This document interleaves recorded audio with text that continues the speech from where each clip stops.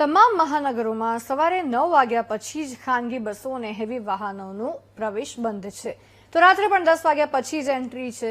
જો કે નિયમોનું પાલન છતાં ઇસ્કોન 4 રસ્તા પર ટ્રાફિક જામ થાય છે. ટ્રાફિક પોલીસના ટ્રાફિક નિવારણના દાવા ખોખલા સાબિત થઈ રહ્યા છે. કેવી રીતે? આવો બતાવીએ.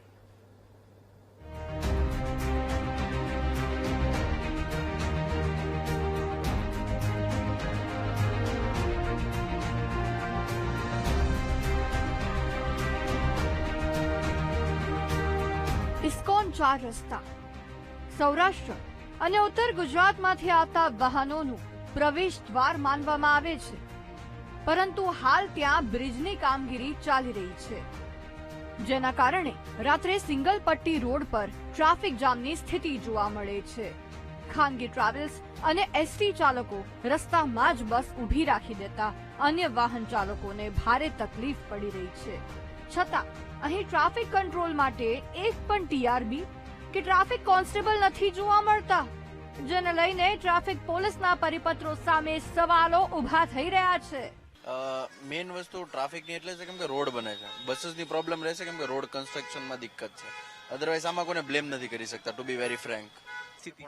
હોય છે આની સમસ્યા કેવી હેરાનગતિ કેવી થાય? સૌથી વધારે થાય છે, અને આ ટાઈમે જો ઘરે જતા હોય તો સૌથી વધારે તકલીફ પડતી હોય છે.